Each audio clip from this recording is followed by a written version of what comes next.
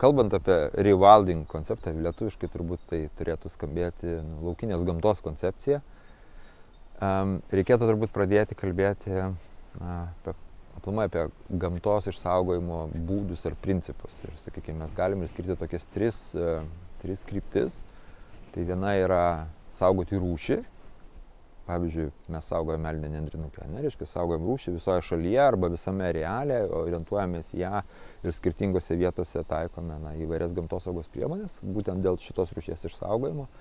Kitas būdas tai yra teritorijos apsauga, tai yra saugomų teritorijų koncepcija, kas Lietuvoje yra labai paplitę. Aš taip juokaudamas pusiau juokais, bet iš tikrųjų ir ne visai sakau, kad tai yra gamta uždaryta į getus. Nes iš tiesų laukinė gamta jinai turėtų būti visoje mūsų šalyje, bet mes kadangi esame ją urbanizavę, tai ta gamta jinai užsidaro į salas. Ir tas salas mes vadiname saugomom teritorijom. Ir trečiasis būdas yra gamtinių procesų saugojimas. Tai yra arba pasirūpinimas, kad tam tikri gamtiniai procesai, kurie užtikrina ekosistemų kaitą, jie yra gyvybingi, jiems yra sudarytos sąlygos gyventi. Ir būtent laukinės gamtos koncepcija, rewildingo, kaip jūs sakot, yra labai svarbus būtent šitas gamtinių procesų užtikrinimas. Iš tiesų mes galėtume palikti pačiai gamtai susitvarkyti. Tačiau tam reikalingi labai dideli plotai. Ir mes tiesiog esam tiek urbanizavę šalį, Lietuvą, Europą ir visą pasaulį, kad tos laukinės gamtos plotelių pakankamai didelių, kad ekosistema savarankiškai atsikurtų ir laikytųsi, yra labai nedaug. Tai dažnai dėl to yra reikalingi įsikišimai, nes mes tam tikrą prasme esame užrakinę ekosistemas į salas, kurias vadiname, pavyzdžiui, saugomom teritorijom, ir kurioje veikia tas pats gyvybės ratas ir ta gamta keičiasi. Ir vienas rūšis keičia kitos, ir jeigu mes turime saugomas rūšis, kurias norėtume, jog šitoje saloje jis išgyventų, mes turėtume pasirūpinti, kad gražinti tą kaitą, reiškia, ir kad tas sąlygos būtų tinkamos. Kitas dalykas yra, jeigu mes turime rūšis, kurios turi grėsmę išnykti iš mūsų planetos paviršiaus. Mes dirbam su mėlyna nendrinuke, perinčia 4 pasaulio valstybėse, viena iš jų yra Lietuva. Ir tai yra rečiausias Europos žvirblinis paukštis, turintis labai realią grėsmę išnykti iš planetos paviršiaus. Ir kai jisai išnyks, jeigu jisai išnyks, mes jo niekaip neprisiūsim ir nesugrąžinsim. Tai prasme, bus prarasta rūšis ir prarasta bioįvairovė, svarbus bioįvairovės komponentas, kuri galbūt ateityje bus labai svarbi. Mes to nežinome. Vėlgi, evoliucijos eigoje mes tiesiog prarasim vieną iš perlų, kuris yra nebesugrąžinamas.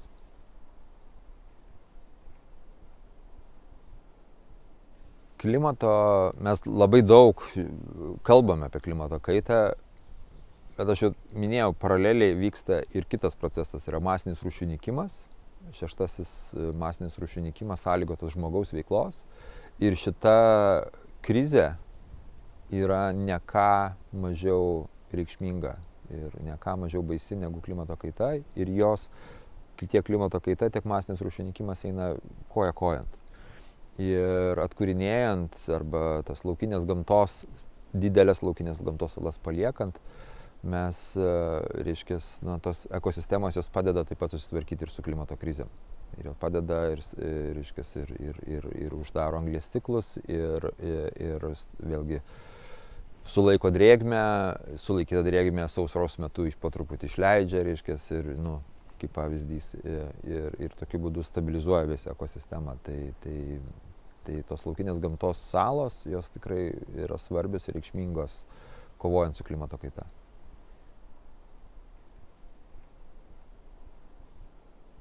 Tai pirmas dalykas yra, mes turime mūsų rezervatus. Didžiausias yra Čepkelių valstybinis rezervatas, kuris tikrai yra 10 000 hektarų, visas rezervato apimtis, jau mes galime kalbėti apie ekosistemą, kuri tikrai savarankiškai gali susitvarkyti ir turbūt tikrai didelė laukinės gamtos sala. Bet yra ir daugiau rezervatų, ir Kamanų viešvilės, ir mažesnių, rezervatų, kur mes turime tą laukinės gamtos konceptą įgyvendintą. Kita dalis, kuri yra panašiai KNEP ūkio pavyzdį, tai yra ekosistemos žmogaus turbūt sudarkytos ekosistemos atkūrimas, gražinant laukinę gamtą ir gražinant laukinius gamtinius procesus į tą teritoriją ir taip ją atkuriant. Lietuvoje mes neturime daug labai pavyzdžių, bet gal tikrai galima būtų išskirti Baltosios Vokės šlapžemių kompleksą, kur visiškai šalia Vilniaus, per 700 hektarų teritoriją, kuri buvo Stalino įsakų pasirašyta, pradėta kasti durpę ir tomis durpėmis buvo šildomas Vilniaus miestas. Ir paskiau, kai jau visas durpės buvo iškastas, tai tiesiog teritorija buvo apleista ir tikrai, nu, tokia, ten yra tikrai žiaurios žemės žaizdos, tos matosi ir šiuo metu kaip tik mes kartu su ūkininku ten veikiančiu atkūrinėjame grąžiname tą teritoriją į laukinę gamtą, bet matyt reikėtų nepamiršti ir privačių iniciatyvų, tiek tokių, džiaugiuosi pasakyti, didesnių iniciatyvų kaip Sengirės fondas su išpirkamais miškais, kurie yra, bus paliekami ir yra paliekami savieigai, paskiau, reiškia, laukinės gamtos sugrįžimui, tiek yra pavienių tokių privačių iniciatyvų, kad ir, nežinau, mano ūkis. Mano galvijų pagalba pasireiškia tuom, kad jie tiesiog ganosi ir nugraužia tą žolę. Ir ne vien tik tai nugraužia, bet galvijai turi tokį specifinį poveikį pievoms. Jie graužia tai, kas jiems yra skaniau.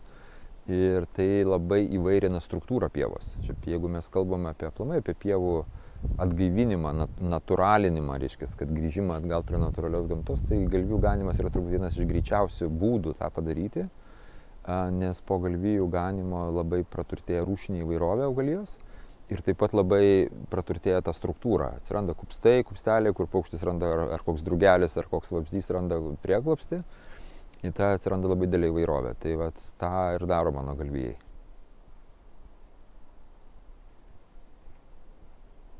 Žinot, galime net tą daryti net ir 1 kvadratiniame metre.